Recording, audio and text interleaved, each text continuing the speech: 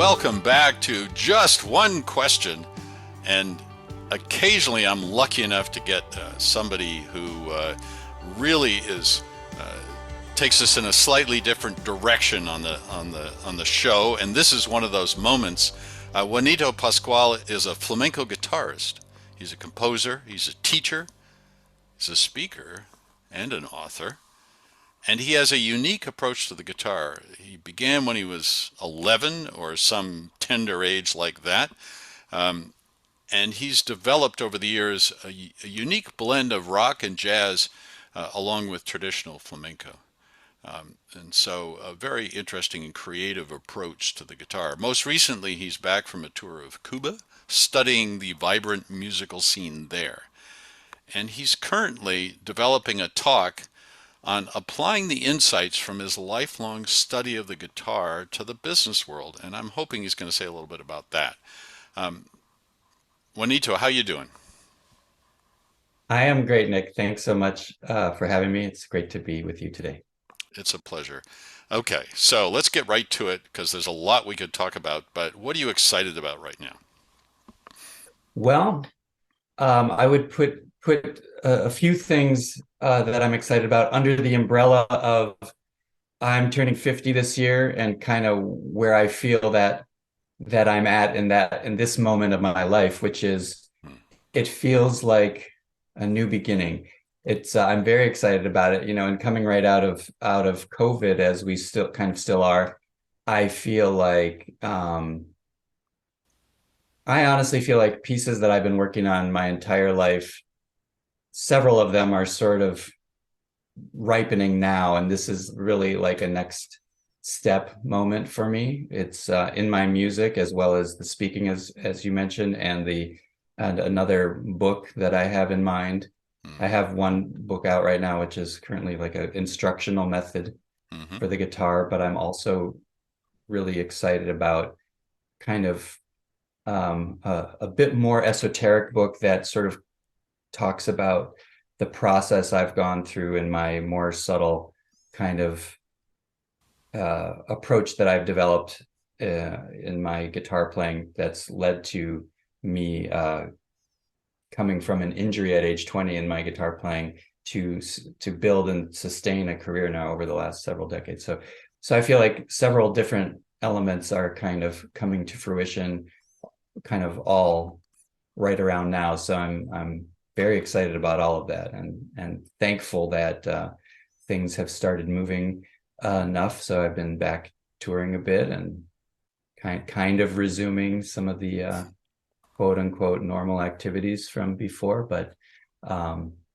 But honestly, it feels like I was one of those people who was very blessed to be able to sort of use COVID as a little bit of a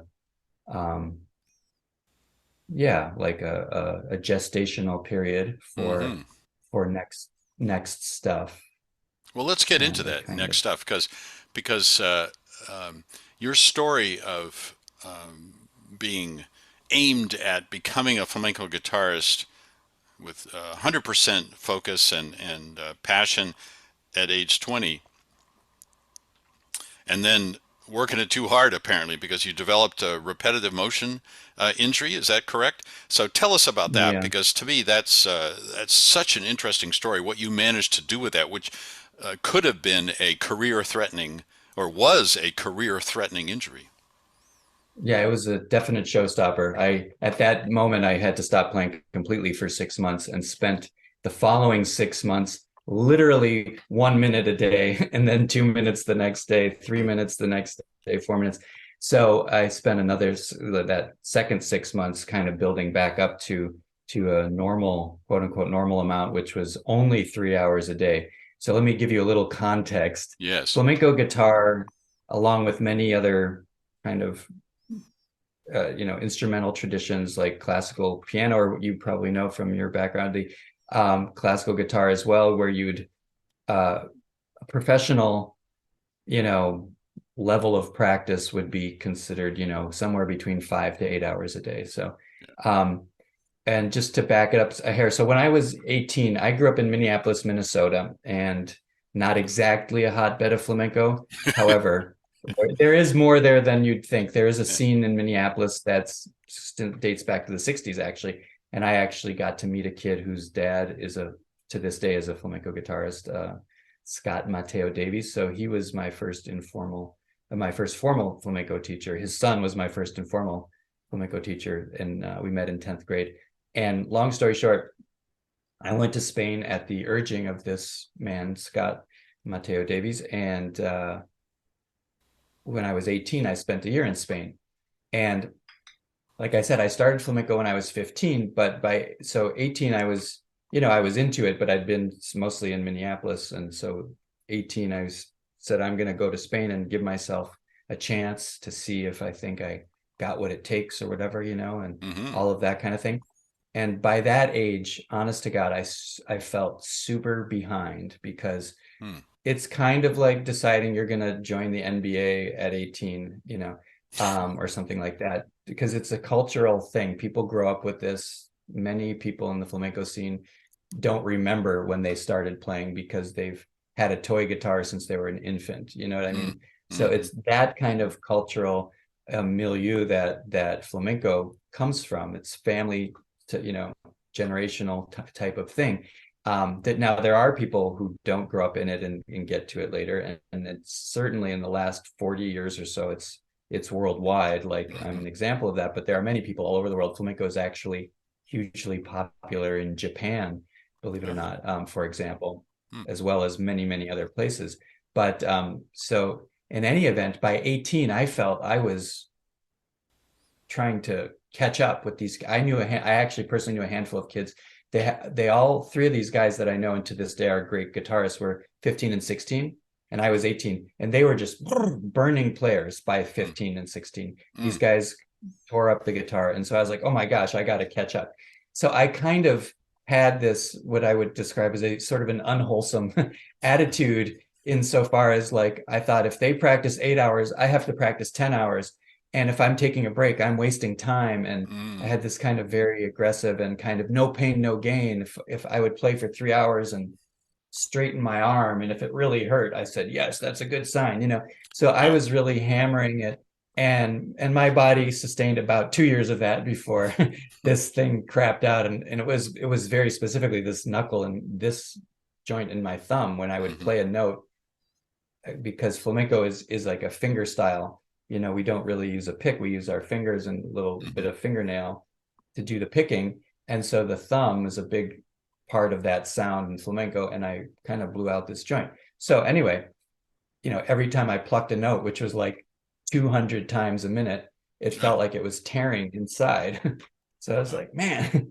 So, but I was 20, and so I went to the doctor, and they just said, you should probably knock off for a couple of weeks. But then they gave me some anti-inflammatories, and that actually hurt my stomach. So I had to stop taking those. And then I started doing exercises they gave me, and that made it worse Hmm. because I really was using the same tension. I was like, hurry up, heal. Hmm. and and that really was a dividing point in my life. So, there's like everything that was up to age 20 and everything that happened after were very much two different chapters, and certainly in my life as a musician, but definitely in my personal life too, because this quest for how to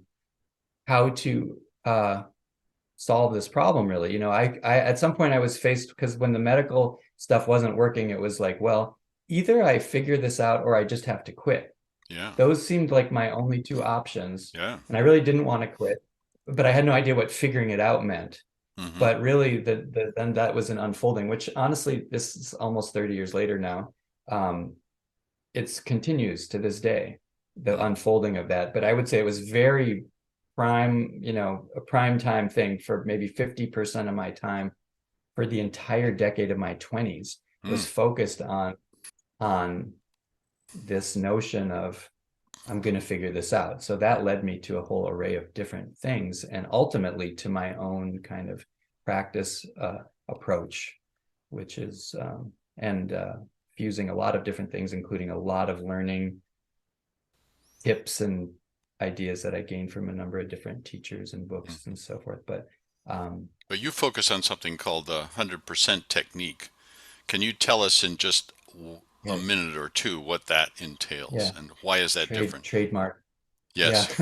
Yeah, right. that's my thing. 100% technique in certain ways is very simple, and yet I haven't exactly seen anybody do it. But the 100% technique is um, almost like moving meditation with the guitar. It's starting from what I could identify as the most basic type of movements with the guitar, where I'm not even trying to play, but rather just find something I can repeat Mm-hmm. over and over without, not only without stress, but actually in such a way where I actually get more relaxed through repetition. Mm-hmm. So the movements look something like petting the guitar. A lot of my students call it petting the guitar because we're just seeking this kind of pleasurable thing that you can repeat. And what I discovered when I started doing this, which was just on a kind of a hunch or a whim almost, one day when I was on a break visiting my parents and nobody was around, I was just playing with the guitar. I basically started doing that, and then unintentionally, and almost at first it bugged me, it started to make sound. I was like, no, no, no, I'm just focusing on how I feel. But it started to turn into sound making. And then that was kind of when the light bulb went off, and it was like, oh my gosh, I'm doing something that feels completely wonderful. I'm actually getting more relaxed as I repeat it. And I'm generating sound. And not only that, but it's happening every time. And then as I did it more, the sound increased without me having to like try to make it sound. So Mm-hmm. that wound up forming the foundation of this method. So It's so fascinating because it's so counterintuitive. The approach to um, musical training, and I had piano lessons as well as you know as the guitar, and it's always about more time, more practice. Do it this way. It's not supposed to be fun. There's a kind of implicit understanding that it's going to be boring or tormenting in some way, and the stories of kids who rebelled and didn't and afterwards were sorry that they never learned to play are manifold. So this is so counterintuitive or so against that rather dismal strain of music training. So there's something in this, I think. Yeah, well, it's interesting, right? It certainly worked for me. And I mean, I'm lucky. Nobody ever forced me. I mean, to this day, if you ask my dad, he's like, we never made him practice. So I was always a person who was involved in music from a perspective of joy and pleasure, Hmm. even when I was 11. I mean, you had to like put me in a straitjacket to keep me from grabbing a guitar if I saw one. I wanted to play so badly. I Mm-hmm. had wanted to play since I was 3. So I've actually always approached this, and maybe that's how I got my thumb burned out, was like with so much zeal and and enthusiasm.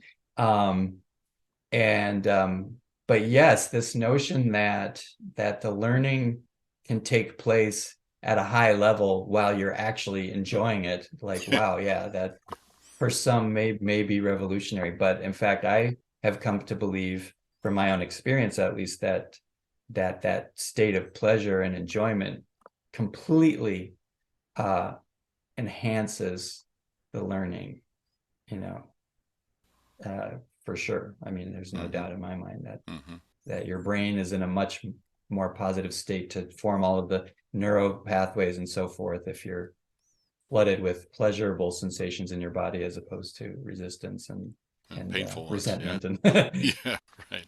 And wish you were somewhere else. Yeah. So, yeah. tell us the rest of the story. So, your thumb did heal then as a result of this different approach, and it has stayed healed. Is that correct? You've been able to play now for 30 odd years without any revisiting of that original injury. Is that correct? Right. Well, in full disclosure, I have actually kind of re-injured my thumb, but not really from playing. And interestingly, so I've had the opportunity to kind of multiple times use this technique. I would say because joints, especially this joint, Mm. it's a pretty sensitive one, and it gets just day to day to wear and tear. Hmm. Hmm. Luggage in the airplane, different things. Mm. You don't doesn't take much. So I think if it has been something I've had to watch, but so like I was about to say, like it's given me an opportunity to put these tools to the test multiple times now over the years, where like there is a flare up and it's like, okay, let's let's see if this stuff really works. And sure enough, I would say two significant other times over the years where it's really brought me back to where I'm doing concerts and playing Mm. hours a day without any concerns or issues. Mm-hmm. So multiple times now I've used this to heal and reset, often in conjunction with other things. Like I'm a person, I got very involved in different types of body work, and Mm-hmm. you know, Mm-hmm. I watch my diet, and you know, Mm-hmm. I'm a kind of a health and fitness type person. So, but I have to say, without the other attention to the body and isolation, in my case, I don't think this would work. Because you know, the other thing when you're playing guitar, you know, there's all sorts of, there's other physical considerations as well, but the specifics of the fingers, where the rubber hits the road, so to speak, where the fingers hit the strings, you know, that's where you can really, you know, stay on track or get really off track. So this has facilitated, and well, let me just put it a different way. Every time I go back to it, Mm-hmm. it's not like, oh, I get back to a certain point. It's like it goes deeper. I mean, I'm so thrilled because, you know, as a teacher, there's sort of the cliche that often the teacher learns more than the student. Yes. Um, I feel like I'm as the teacher, sort of creator of this 100% technique method, and then teacher of it. I get to do it more often than most people.